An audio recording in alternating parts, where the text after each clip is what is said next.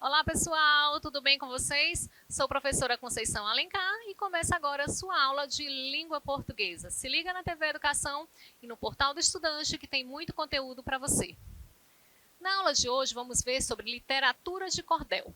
Vamos ver o conceito, a origem, características, os primeiros cordelistas e uma única questão do Enem. Por que eu coloquei só uma questão do Enem? Porque nós ainda vamos ter outras oportunidades de continuar com esse tema. Na outra oportunidade, eu coloco outras questões, porque esse gênero textual ele é bastante comum nos nossos seletivos, nos nossos exames de vestibular. Então, nós teremos ainda a oportunidade de fazer mais exercícios relacionados à literatura de cordel. Para começar a nossa aula de hoje, irei iniciar com a função metalinguística. O que é a função metalinguística? Lembram da aula de funções da linguagem? Então, a função metalinguística é a que eu uso o código para explicar o próprio código. Então, eu vou utilizar um cordel para explicar a vocês o que é um cordel. Essa é a função metalinguística. Muitas pessoas têm dificuldade de compreender essa função da linguagem, mas é bastante simples. Como vocês vão perceber agora, eu vou usar um cordel para falar do cordel. Bem simples. Vamos começar então? Um cordel para contar a história do cordel. Foi através dos portugueses, vindos da colonização, que o cordel chegou no Brasil, instalando-se na nação. Por volta do século XVI, conquistando corações. Irradiando na Bahia, passou de mão em mão. No Nordeste encontrou refúgio para perpetuação. Em folhetos eram contados, narrados com emoção. A década de 1890 é o marco da inauguração do cordel brasileiro, tendo na sua primeira publicação de Leandro Gomes de Barros sua aparição. O povo todo já sabia das histórias de Lampião, narradas nas rimas como meio de comunicação. O cordel era o jornal da época de então. Na verdade, turma, o cordel é como um patrimônio para nós. Ele nos representa. Ele representa muito o Nordeste, é a nossa identidade. Traz muito da nossa cultura, do nosso modo de ser. Então, é algo bastante rico. E vocês vão ver que nós temos cordelistas bem atuais. Se vocês acompanham aí as redes sociais, os programas de TV, vocês vão ver que tem cordelistas bem atuantes que eu vou falar para vocês mais um pouquinho lá no final da nossa aula. E como surgiu essa questão do cordel? Para a gente entender a literatura de cordel, nós temos que fazer uma retrospectiva. Temos que voltar lá na Idade Média, lá no trovadorismo. Lá já existia essa questão de declamar. Na época, eles declamavam as cantigas, cantiga de amor, cantiga de amigo, cantiga de escárnio. Eles saíam pelas ruas declamando, convidando todos a participar, a ouvir aquelas declamações. Então, daí já surge um pouquinho sobre a literatura de cordel e, durante a colonização, os portugueses trouxeram esse tipo de literatura que, aos poucos, foi ganhando a nossa marca, a nossa identidade, o nosso jeito. E, como a gente viu no cordel, se perpetuou, se fixou, se instalou e ficou como repertório, como algo histórico para todos nós, nordestinos e para todo o Brasil. Continuando aqui, só para a gente finalizar esse cordel do Ítalo Romani, ele diz ainda que, mesmo com a tecnologia, os poetas não deixaram de narrar suas lutas e vivências pela tela do celular, mantendo o cordel vivo e a cultura popular. Vocês podem encontrar ainda o cordel não só nessa forma original, impressa, vocês vão encontrar essa forma também na tecnologia, nas redes sociais. Basta vocês buscarem literatura de cordel que vocês vão ver outras maneiras de apreciar esse gênero textual. Então, vamos lá para o conceito. Literatura de cordel é uma manifestação literária do interior do Nordeste brasileiro. É um gênero literário feito em versos, com métrica e rima, e caracterizado pela oralidade e por uma linguagem informal. Também é chamada de literatura popular em verso.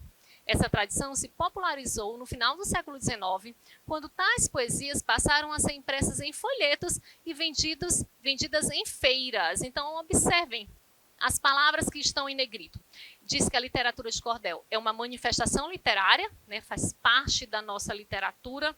Ela é escrita em versos, né, verso cada linha do poema, lembram? Organizada em estrofe. Geralmente, os cordéis, eles são compostos de 6 versos, né? Eles são compostos, a gente chama de sextilha. Nós temos um conjunto de 6 versos, outro conjunto de 6 versos, e assim por diante, né? Então, cada estrofe geralmente é formada por 6 versos. Outra característica do cordel, a oralidade e a linguagem informal. Vocês vão ver que a linguagem não é uma linguagem rebuscada, de acordo com as normas gramaticais, é uma linguagem bastante informal do nosso dia a dia, do nosso cotidiano, que marca um povo que nem tinha tanta escolaridade, mas que sabia rimar, que sabia escrever e sabia produzir bastante conteúdo, como vocês vão ver. O nome cordel faz referência às cordas onde os folhetos ficavam expostos. Seu formato foi inspirado nos cordéis lusitanos, trazidos ao Brasil pelos colonizadores portugueses. Os folhetos de cordel medem cerca de 12 por 16 centímetros e, como são folhas dobradas, têm número de páginas sempre múltiplos de 4. Sua capa é feita em estilogravura e apresenta ilustração que remetem ao conteúdo dos poemas, tá? Então, vocês vão ver ali, sempre quando vocês olharem a capa do cordel, ele já dá uma ideia do que trata o conteúdo desse cordel. As poesias de cordel retratavam a realidade do sertão nordestino e contavam histórias sobre os costumes locais, com forte utilização de humor e ironia. Além disso, serviam como fonte de informação para os moradores da região. Os locais onde ela tem grande destaque são os estados de Pernambuco, Alagoas, Paraíba, Pará, Rio Grande do Norte e Ceará. Por esse motivo, o cordel nordestino é um dos mais destacados no país. No Brasil, a literatura de cordel adquiriu força no século XX, sobretudo em 1930 e 1960. Muitos escritores foram influenciados por esse estilo, dos quais se destacam João Cabral de Melo Neto, Ariano Suassuna e Guimarães Rosa. Então, o cordel ele também vai ter uma influência na literatura brasileira, na música, e acaba influenciando aí outros escritores. E a origem da literatura de cordel? O formato dos folhetos tem origem nos cordéis portugueses, trazidos para o Brasil durante a colonização. Esses folhetos retratavam histórias de reis e rainhas, e eram populares também em outros países europeus, como a Inglaterra, a França e a Espanha. Eram publicações adaptadas de livros eruditos, escritos para a elite e destinados ao povo, impressos em folha simples e em grande quantidade. Eram vendidos a preços acessíveis. Basta te lembrar, né, turma, que naquela época nem todo mundo tinha acesso à educação, né, acesso à leitura, na verdade. A leitura era algo muito que não era democrático. Então, o acesso era bem restrito mesmo. Como ele diz ali, né, era mais restrito à classe da elite. Apesar do formato da literatura de cordel brasileira ter se inspirado nos folhetos lusitanos, em relação ao conteúdo, essa manifestação cultural ganha autonomia e originalidade com os poetas brasileiros. Inicialmente, a poesia cordelista era marcada exclusivamente pela oralidade. As rimas feitas pelos poetas nordestinos eram faladas e cantadas, o que se justifica pelas altas taxas de analfabetismo na região. Como eles não tinham muito domínio da escrita, a literatura de cordel, a princípio, ela ficava mais na oralidade. Ela era tanto falada como cantada, né? Então, ficava mais ali na área da oralidade. Depois, com o tempo, a gente foi tendo publicações também escritas. Mas com o surgimento da imprensa e também com o crescimento da alfabetização, os folhetos passaram a ser impressos em papel. A passagem dos versos para a escrita, no entanto, nunca retirou da tradição o caráter da oralidade, que é característica essencial do cordel até os dias de hoje. Quais são as características da literatura de cordel? Os poemas falados e escritos em folhetos pelos cordelistas têm como principais características relatos de temas populares, utilização de linguagem informal, coloquial, utilização de métricas e rimas, oralidade e musicalidade, utilização de humor, ironia e sarcasmo, e retratam os costumes locais. Então, turma, a gente tem que pensar que a literatura de cordel, ela traz muito dessa oralidade, ela traz muito dos relatos que tem a ver com temas populares, e temas que representam bastante o Nordeste, né? O tema da seca, o tema da fome, e também serve para debater alguns temas políticos, né? E para isso, eles se utilizam de ironia, utilizam de sarcasmo, de humor, né? Então serve também como um tipo de denúncia, para que a gente possa ir mudando a realidade do local onde essas pessoas vivem. O primeiro cordelista a imprimir seus versos foi Leandro Gomes de Barros, um dos maiores nomes desse estilo literário. Seu folheto foi impresso em 1907 e nas décadas seguintes várias editoras de cordel foram surgindo. Outros grandes nomes de cordelistas nascidos no final do século XIX são João Martins Ataíde e Francisco das Chagas Batista. Dentre os poetas nascidos já no século XX, destacam-se nomes como Antônio Carlos dos Santos, José Costa Leite, Manuel Monteiro, Patativa do Assaré e Zé da Luz. Patativa do Assaré, com certeza vocês já ouviram falar, né? E a partir dele, nós temos alguns cordelistas atuais. Vocês com certeza conhecem o Braulio Bessa, né? Ele fazia parte do programa Encontro com a Fátima Bernardes e ele tem poemas belíssimos, tem cordéis belíssimos que estão sempre aí relacionados à nossa atualidade. Inclusive, ele disse que o Braulio disse que escutou pela primeira vez o poema de Patativa do Assaré quando ele tinha 14 anos. E ele resolveu colocar um trecho desse poema do Patativa. Ele registrou na pele através de uma tatuagem. Tamanha é a admiração dele por esse poeta cordelista. O cordelista, em geral, eram homens com pouca escolaridade e instrução. Muitos deles não chegaram nem a frequentar a escola e aprenderam a ler e escrever de maneira informal. Os temas da poesia de cordel trazem elementos da realidade sertaneja. Tratavam das questões sociais e políticas e também serviam como fonte de informação para o povo nordestino. A gente tem aqui um cordel de Patativa do Assaré que diz assim: meu verso é como semente que nasce à riba do chão. Não tenho estudo nem arte. A minha rima faz parte das obras da criação. Então, o próprio Patativa do Assaré deixa bem claro que ele não tinha estudo.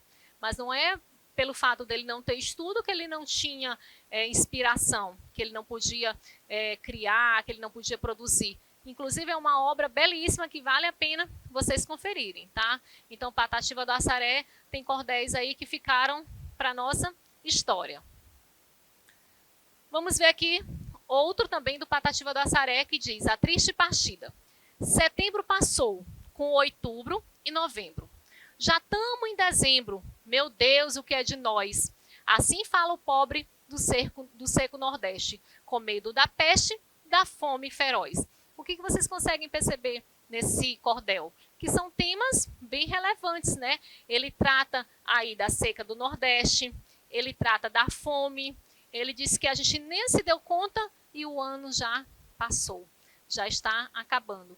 E vocês conseguem perceber também marcas da informalidade, uma linguagem coloquial, a maneira que algumas pessoas falam, né? Como, por exemplo, a palavra arriba, a palavra outubro, tamo, que essas palavras geralmente elas são colocadas mesmo na oralidade, elas não aparecem muito na escrita, porque a escrita ela já pede um rigor maior, né, de acordo mais com a gramática normativa. Mas não é pelo fato deles não terem estudo que eles não produziam, eles continuavam a produzir. Outro cordel, esse é do Zé da Luz, que diz assim: ai, se cesse, se um dia nós se gostasse, se um dia nós se queresse, se um dia nós se empareasse, se juntinho nós dois vivesse, se juntinho nós dois morasse, se juntinho nós dois dormisse, se juntinho nós dois morresse, se para o céu nós a subisse. Mas, porém, se acontecesse que São Pedro não abrisse as portas do céu e fosse te dizer qualquer tolice, e se eu me arriminasse e tu com insistisse para que eu me a resolvesse e a minha faca puxasse e o bucho do céu furasse, talvez que nós dois ficasse, talvez que nós dois caísse, e o céu furado arriasse, e as virgens toda fugisse.